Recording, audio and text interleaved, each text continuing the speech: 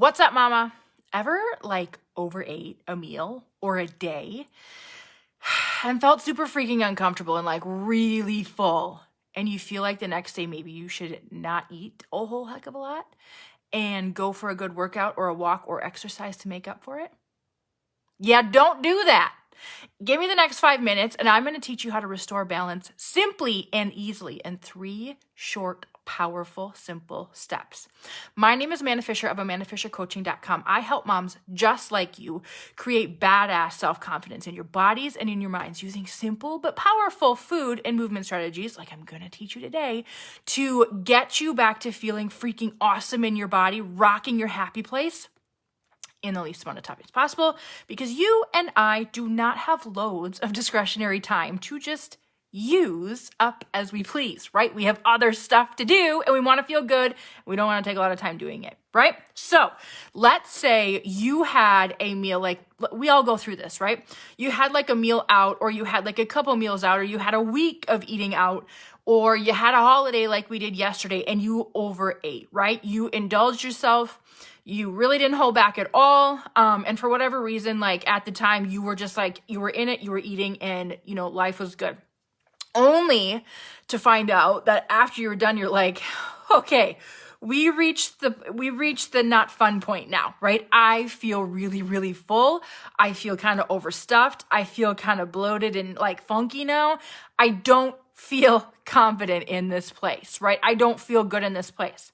So what do most people do? And raise your hand if you've ever had this pull, because this is me too. I've done this in the past, where you've had this pull to I should probably make up for that by doing an extra hard workout tomorrow, or making sure I only eat basically vegetables and protein tomorrow, or basically eating like a bird to make up for what I did, at the last meal, for the last day, for the last week.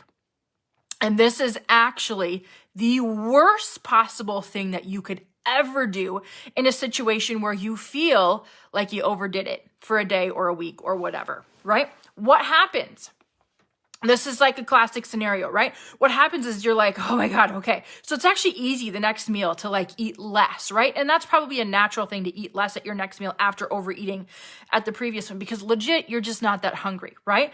But you can go into these things because you're I have to make up for yesterday. I have to make up for last night. I have to make up for that pizza. I have to make up for that holiday day or whatever. I just have to make up for it and get myself back on track. And so what happens is you're really, really in your head about trying to make up for what you did the previous day or the previous meal, right? You're already telling your brain, you effed up, you slug. Why did you do that? You can't do that. Why do you always do that to yourself? You're already in a mental position where you're kind of beating yourself up. And that's just a way to basically shoot yourself in the foot, to be quite honest. What will happen is you'll try to eat less, and then an opportunity will arise that day where somebody offers you a donut or a bar at work or a piece of candy, or you'll see something and you'll want it, but then you'll have a mental war with yourself about how you shouldn't have it that day. And you're going to turn it into this mental freaking mind game cycle of how you should not eat that thing because you ate this way yesterday. Now you got a drama. Now you're I'm good and bad. I'm good and bad. And you're just kind of in your head, right? And it's ridiculous. Let's not do that, right? Let's not do that. Let's step back for a second. We're totally in this whole food and fitness thing for the long haul, right? We're playing the long game here. We're playing this food and fitness game until we're rocking this shit when we're 90 years old, right? We're rocking this as badass 90-year-olds, right? So we don't necessarily look through the lens of you really effed that meal up yesterday. You ate too much pizza. You ate too much Easter candy. You ate too much food all of last week, right? Because we're looking at our life as this spectrum of freaking time. And what badasses do is they don't look at a lens of you really screwed it up one time. You overate. You should probably feel guilty for that. You screwed it up. Oh my God, shame on you. We look at the big picture. And all we do is we kind of step back for a second and say, how do I need to restore the balance in myself right now? What's going to feel good for me to restore the balance in myself right now? Because I know that when I tell myself, don't eat any of that stuff and go work out extra hard, my inner bitch kind of wants to rebel a little bit. And she's like, don't tell me what to do. I hate that. Don't tell me what to do. I'm not going to do it that way, right? Instead, let's restore the balance naturally. Here's the 3 steps. Are you ready? You can do these in your sleep, I promise. Number 1, pour yourself some water. Make sure you drink water the next day, right? You're gonna be naturally a little bit more full the next day if you had an overeating day, because you overeat. You have more fuel to use in your body. Your appetite's not necessarily gonna be there to eat another big meal. That's like a natural honoring of your appetite, right?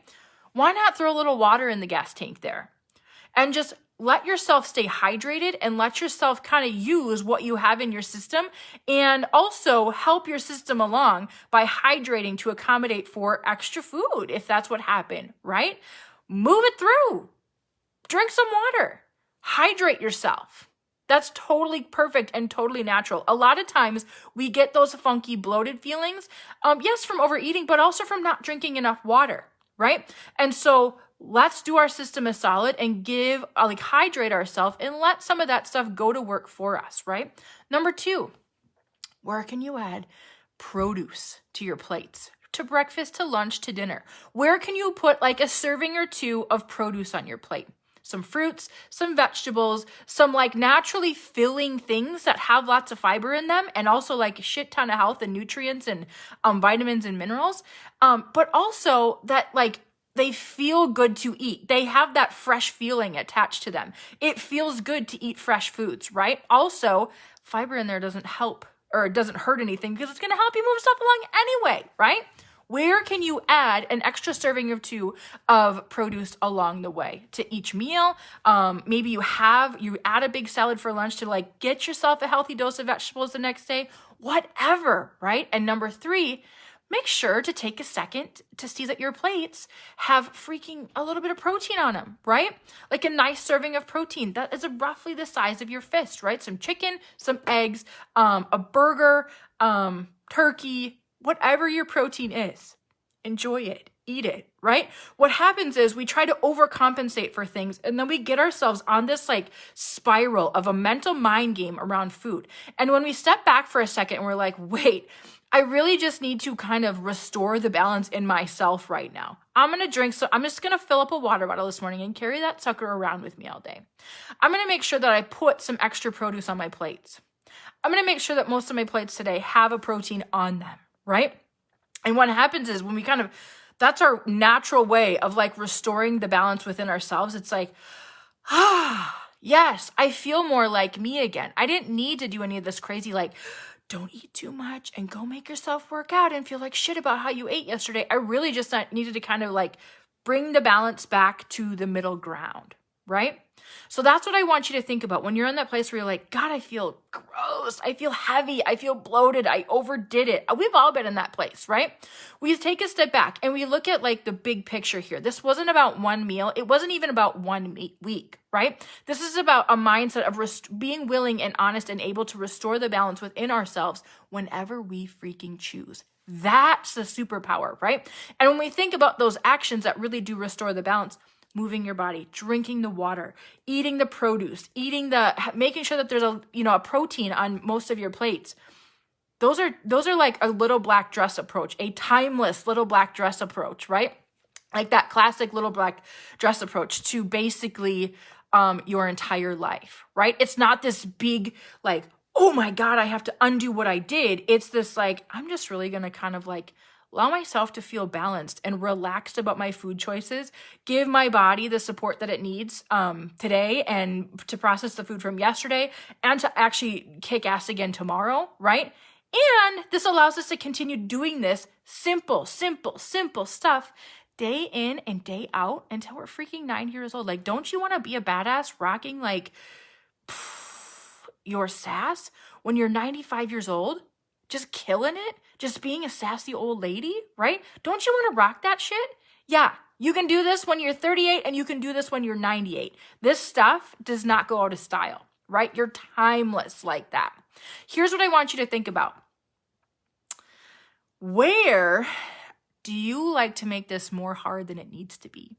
When really all we need to do sometimes is relax, step back, take a breath, and just kind of get out of these extremes of, oh my God, I need to overcompensate and pay for what I did yesterday. And oh my God, I need to go hog wild, and like meet in the freaking middle.